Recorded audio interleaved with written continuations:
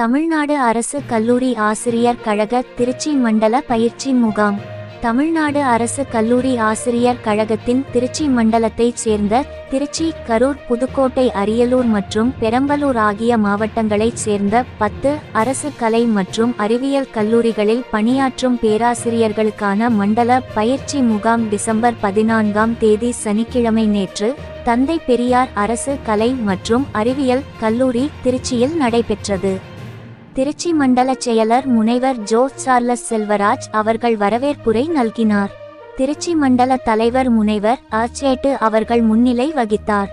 பயிற்சி முகாமினை தொடங்கி வைத்து மாநில தலைவர் முனைவர் டேவிட் லிவிங்ஸ்டன் பேசும்போது, ஒரு இயக்கம் கடந்த காலத்தில் சாதித்த சாதனைகளையும் சந்தித்த சோதனைகளையும் உறுப்பினர்கள் முழுமையாக அறியும் போதுதான் அந்த இயக்கம் வலிமை பெறும். தியாகம் செய்தால் தான் கோரிக்கைகளை வென்றெடுக்க முடியும். போராட்ட குணமே வெற்றியை தேடி தரும் என்று கூறினார். இயக்கம் வலிமை அதன் செயல்பாடுகளில் பிரதிபலிக்கும். கோரிக்கை வென்றெடுப்பதற்கு உதவியாக இருக்கும். அதற்காகத்தான் நாம் பயிற்சி முகாமினை நடத்துகிறோம் என்றார். மேனாள் மாநில பொதுச் செயலர் முனைவர் திருச்செல்வம் இயக்க வரலாறு குறித்து பேசும்போது, 1971ஆம் ஆண்டு புதுக்கோட்டை மன்னர் கல்லூரியில் தொடங்கப்பட்ட சங்கம் பல்வேறு சாதனைகளை நிகழ்த்தியது.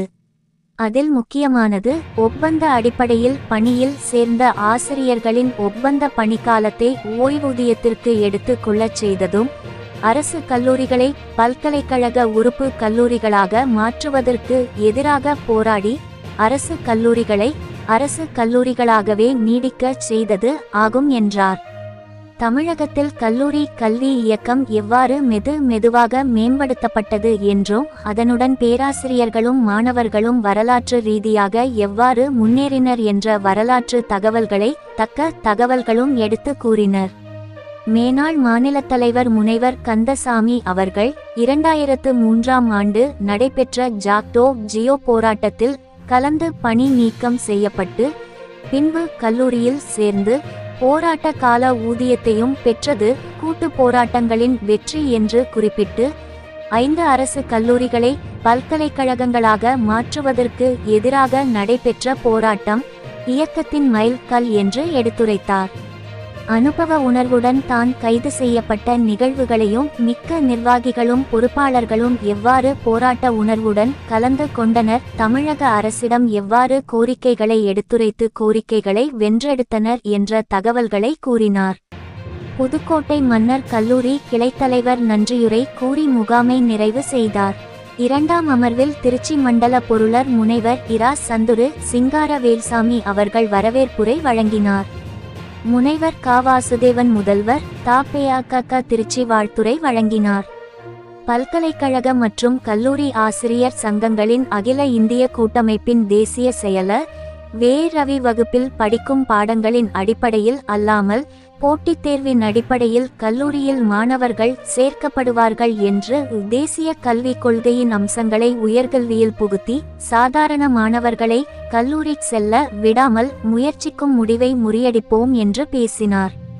மாநில பொருளர் பிரகாஷ் பேசும்போது, ஆசிரியர்கள் கல்விசாரா பணிகளை அதிகம் செய்யச் சொல்லி கட்டாயப்படுத்துவது கண்டிக்கத்தக்கது என்றார். மாநில துணைத் தலைவர் கோபாலகிருஷ்ணன் சமூக ஊடகங்களை சரியாக கையாள வேண்டியதன் அவசியம் குறித்து பேசினார். திருச்சி -22 அன் கிளைத்தலைவர் முனைவர் வி. செல்வராணி அவர்கள் நன்றி பாராட்டி பேசினார். பயிற்சி முகாமின் மதியம் நடந்த நிறைவு விழாவில் முனைவர் ப. அன்பரசு அவர்கள் வரவேற்புரை நல்கி துவக்கினார். மாநில துணைத் தலைவர் மகளிர் மதுரம் அனைவரும் ஒற்றுமையாக செயல்பட வேண்டியதன் அவசியத்தை பேசினார். மாநில மகளிர் இணைச் செயலர் துர்கா தேவி நிறைவேற்றப்பட வேண்டிய கோரிக்கைகளை பட்டியலிட்டு அதனை நிறைவேற்றுவதற்கான முயற்சிகளை முன்னெடுப்போம் என்றார்.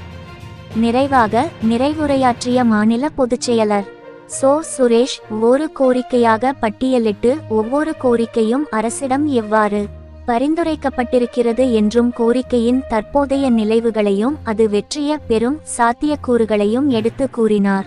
கடந்த கால போராட்டங்களின் மூலமாகவே 2006ஆம் ஆண்டுக்கு பிறகு அரசு கல்லூரிகளில் 4500 ஆசிரியர்கள் நியமிக்கப்பட்டுள்ளனர் என்றும், தற்போது காலியாக உள்ள பணியிடங்களில் 4000 ஆசிரியர்கள் நியமனம் செய்வதற்காக நீதிமன்றத்தில் உள்ள வழக்கினை விரைவில் முடிவுக்கு கொண்டு வந்து நியமனம் நடைபெற தமிழக அரசு முயற்சி செய்ய வேண்டும் என்றார்.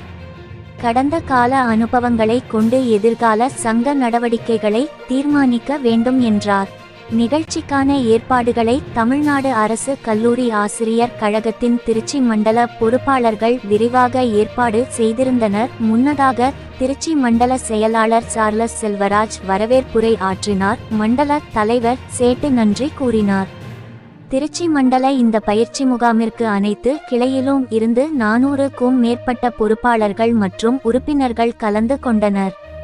நிறைவாக திருச்சி மண்டல இணைச்செயலர் முனைவர் பு. பாண்டியன் திருச்சி மண்டல இணைச்செயலர் நன்றியுரை கூறி பயிற்சி முகாமினை நிறைவு செய்தார். திருச்சிராப்பள்ளியில் இருந்து நிருபர் எல். பாபுவின் அறிக்கை.